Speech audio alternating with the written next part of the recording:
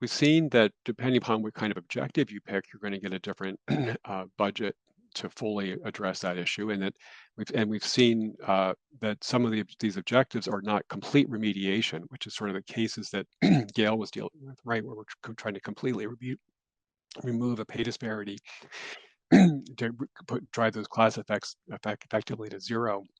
But here we're trying to either get rid of statistical significance, put a floor under people under option two, or get rid of practical significance. Okay. Option one that we talked about had multiple considerations, and maybe it was just available budget, right? That could be carved out of other priorities. The remaining options each focus on a particular objective. But the key point of this slide is that uh, any budget spent will make progress against all of those objectives typically. Okay, they'll all improve. Maybe not to the extent that you'd like. Okay, you won't get to the same standard deviation level. You may not get the complete removal of statistical significance, but any budget that you spend under the strategies that have been outlined, the class effect strategy or the focused class plus individual strategy, will typically make progress against multiple objectives. So, for example, with that $200,000 budget, that's we in the hypothetical that we just talked about. That's not going to get us to the 1.5 standard deviation, so that we have that floor that we were shooting for, but it might get us to 1.7.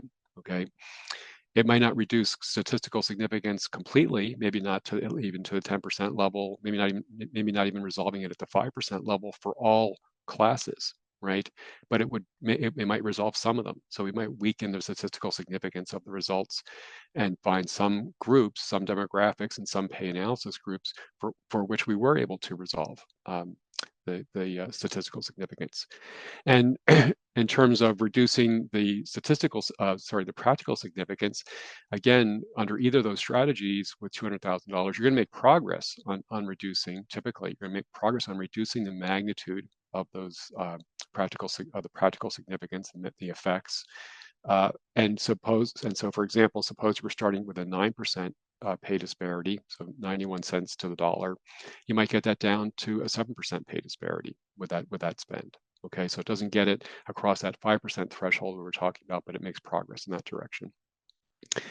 The same applies to the other budget options. Okay, so even though you might have been targeting getting that floor under option two under people so that they weren't so far away, right, with a class plus individual focus strategy, that's going to make progress on reducing statistical significance and reducing practical significance. Okay, so all of these the two dominant strategies that Gail described are have you can look at you can set budgets based on objectives, but either of those strategies you can make progress usually on multiple fronts. All right, next slide, please. Okay, so each budget allocation targets a different priority, but all usually make progress. Class effects strategy targets individuals and impacted classes with the largest pay disparities. I talked about reliability. The class effect strategies depends upon the reliability of the class effects, okay, because you're using that to set remediation targets. Class plus individual focus strategy targets members of impacted classes who are most below the predicted pay based on predictions from the regression analysis based on the included wage influencing factors. So here, a key reliability issue is the reliability of those predictions.